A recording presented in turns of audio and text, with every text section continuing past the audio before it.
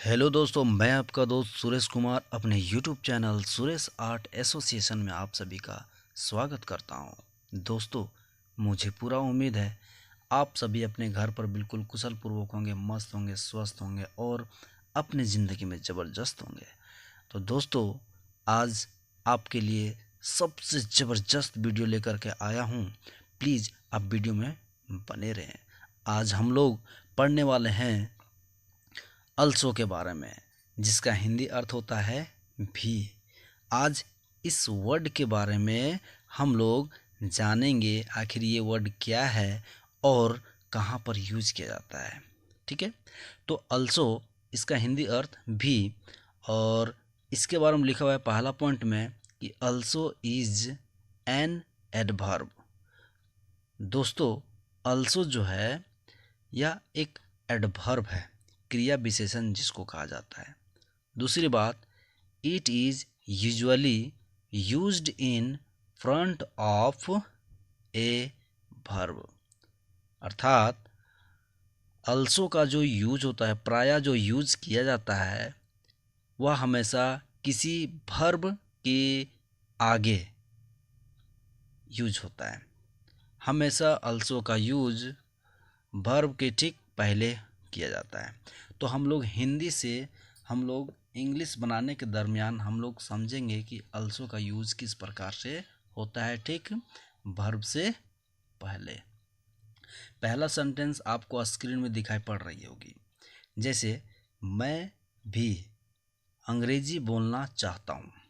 अब यहाँ पर ध्यान से देखें तो यहाँ पर एक वर्ड आया है भी, जिसका अंग्रेजी अर्थ होता है अल्सो। अभी हम लोग इसी को हम लोग इंग्लिश में बनाने के लिए सीखेंगे। जैसे मैं भी अंग्रेजी बोलना चाहता हूँ। दोस्तों, पहला जो वाक्य है, इस वाक्य में आप अगर ध्यानपूर्वक देखें तो ये वाक्य प्रेजेंट इंडेफिनिट टेंस का ये क्वेश्चन है, जिसे सिंपल प्रेजेंट टेंस भी कहा जाता है। सिंपल प्रेजेंट टेंस बनाने के लिए सबसे पहला इसको पहले हम लोग इंग्लिश में लिखेंगे। जैसे मैं के लिए आई। उसके बाद अब मैं के बाद देखिए पर भी वर्ड का यूज हुआ है, तो भी वर्ड का यूज हुआ है तो सबसे पहले हम लोग क्या करेंगे, इसका अंग्रेजी क्या होता है, अल्सो। तो हम लोग ठीक सब्जेक्ट के बाद ही हम लोग यहाँ पर अल्सो वर्ड का यूज करेंगे। और उसके बाद क्या करना है, अब देखना है यहाँ पर क्या काम हो रहा है। तो चाहता हूँ, चाहने का काम हो रहा है, तो चाहना क्या होता है, वांट। तो हम लोग लिखेंगे वांट। अब क्या चाहने के बाद बोला गया है, तो बोलना चाहता है, तो बोलना का क्या होगा, स्पीक। तो स्पीक लिखने से पहले हम लोग यहाँ पर TO2 प्रीपोजिशन का यूज करेंगे। उसके बाद स्पीक का इंग्लिश हम लोग यहाँ पर यूज कर देंगे। I also want to speak, मैं बोलना चाहता हूँ। अब क्या बोलना चाहता हूँ, तो अंग्रेजी बोलना चाहता हूँ। अंग्रेजी का क्या होगा, इंग्लिश। तो हम लोग यहाँ पर इंग्लिश वर्ड का यूज करेंगे। I also want to speak English. अब ध्यानपूर्वक देखें दोस्तों, अभी हम लोगों ने पढ़ा था कि ऑल्सो का जो यूज होता है वो वर्ब के ठीक आगे होता है, फ्रंट में होता है। तो यहाँ देखिए, ये इस पूरे वाक्य का ये मेन वर्ब है और इसी मेन वर्ब के पहले ऑल्सो वर्ड का यूज हुआ है। तो इसी तरह से हम लोग दूसरे वाक्य को हम लोग पढ़ेंगे। जैसे दूसरा वाक्य यहाँ पर लिखा हुआ है दोस्तों, वह भी काम करेगा। तो वह भी काम करेगा, तो वह के लिए ही। अब ध्यानपूर्वक देखें तो यहाँ लिखा हुआ है वह भी काम करेगा, ये फ्यूचर इंडेफिनिट टेंस में है साथियों। कैसे पता चला, देखिए वाक्य के अंत में गा वर्ड का यूज किया हुआ है। कभी भी किसी वाक्य के अंत में गा, गे, गी इत्यादि इन चीज़ों का अगर यूज किया हुआ रहता है तब समझना चाहिए ये जो वाक्य है सिंपल प्रेजेंट टेंस का वाक्य है। तो इसको बनाने के लिए हम लोग क्या करेंगे, पहले जो सब्जेक्ट है उसको लिखेंगे। उसके बाद यहाँ पर सिंपल फ्यूचर टेंस में हम लोग बनाने के लिए थर्ड पर्सन के साथ में विल वर्ड का यूज करते हैं, तो विल वर्ड का यूज करेंगे। उसके बाद अब यहाँ पर वाक्य में भी वर्ड का यूज किया गया है, तो भी के लिए अंग्रेजी वर्ड हम क्या पढ़े थे, हम लोग अल्सो। तो यहाँ पर हम लोग अल्सो का यूज करेंगे। उसके बाद अब देखिए दोस्तों क्या बात बोला गया है, काम करेगा, काम करना क्या होता है, वर्क, तो वर्क का यहाँ पर यूज करेंगे। अब थोड़ा सा ध्यान दें, हम लोग अल्सो का यूज पढ़ रहे हैं, तो अल्सो का यूज पढ़ रहे थे, देखिए हम क्या बोले थे, ठीक मेन वर्ब के पहले इसका यूज किया जाता है किसी भी वाक्य में। तो ये मेरा वर्ब है और ठीक इसके पहले अल्सो का यूज हुआ है। इसी तरह से हम लोग तीसरे वाक्य को भी हम लोग समझने का प्रयास करेंगे कि अल्सो का यूज किस प्रकार से होता है। लिखा हुआ है राम भी किताब पढ़ता है, राम भी किताब पढ़ता है। देखिए दोस्तों, यहाँ भी का यूज हुआ है और ये जो वाक्य है सिंपल प्रेजेंट टेंस का एक वाक्य है। अब इसको हम लोग समझते हैं। राम, यहाँ लिखा हुआ है राम क्या है दोस्तों, ये नेमिंग वर्ड है। और अब इसके साथ में यहाँ पर जो सब्जेक्ट है उसके बाद यहाँ पर भी वर्ड है, तो भी के लिए हम लोग क्या बोले थे कि अल्सो वर्ड का यूज करेंगे, राम अल्सो। अब देखिए राम क्या काम कर रहा है, तो पढ़ता है, पढ़ने का काम कर रहा है, तो पढ़ना का क्या होगा, रीड, तो हम लोग रीड लिखेंगे। लेकिन अभी ये बिल्कुल सही नहीं है बल्कि बिल्कुल गलत है, क्योंकि तो अभी ये वर्ब का जो यूज हुआ है अभी ये सिंगुलर नहीं बल्कि प्लूरल है। तो सिंगुलर बनाने के लिए यहाँ पर वर्ब के लास्ट में एस ऐड करना पड़ेगा। राम अल्सो रीड्स, राम भी पढ़ता है। अब क्या पढ़ता है, किताब, तो किताब के लिए हम लोग ए बुक का यूज करेंगे। दोस्तों ध्यानपूर्वक देखिए ये मेन वर्ब है, इस पूरे वाक्य का मेन वर्ब रीड्स है और इसके पहले क्या यूज हुआ है, अल्सो। यही तो हम लोग पढ़ रहे हैं, वर्ब के ठीक पहले अल्सो का यूज करना। अब एक और वाक्य जैसे दिखाई पड़ रहा होगा स्क्रीन में आपको, मैं भी उसकी मदद करना चाहता हूँ। साथियों, मैं भी उसकी मदद करना चाहती हूँ।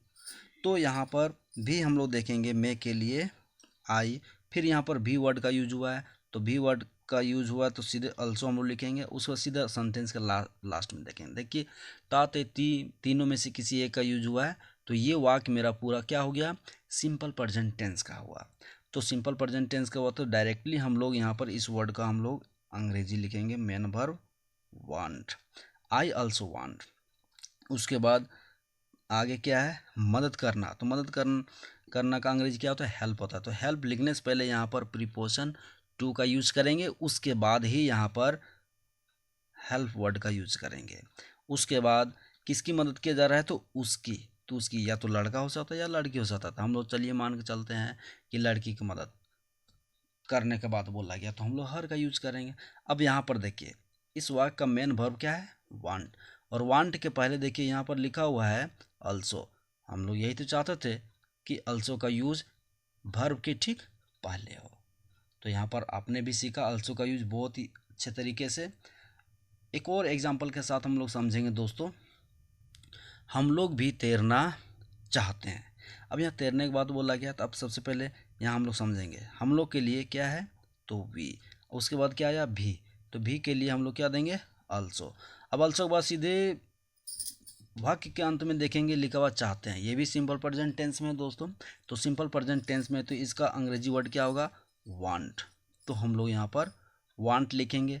अब क्या चीज़ चाहने के बाद बोला गया है, तो तैरने का, तो तैरना क्या होता है, स्विम, तो स्विम लिखने से पहले हम लोग क्या लिखेंगे यहाँ पर, टू, उसके बाद स्विम का अंग्रेजी हम लोग लिखेंगे यहाँ पर, ठीक है। और इस तरह से ये भी बन चुका है।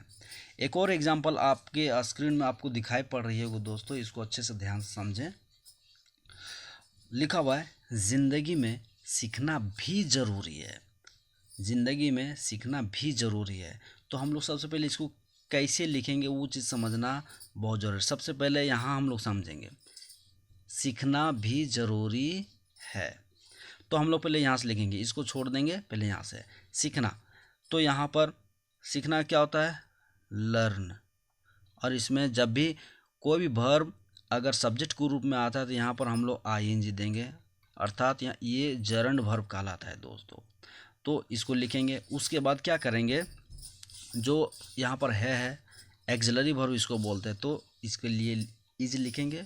और उसके बाद यहाँ पर भी दिखाई पड़ रहा होगा, तो भी के लिए अंग्रेजी हम लोग क्या पढ़े थे अभी, अल्सो, तो हम लोग अल्सो का यूज़ करेंगे। उसके बाद ज़रूरी का क्या होगा तो इम्पोर्टेंट। इम्पोर्टेंट।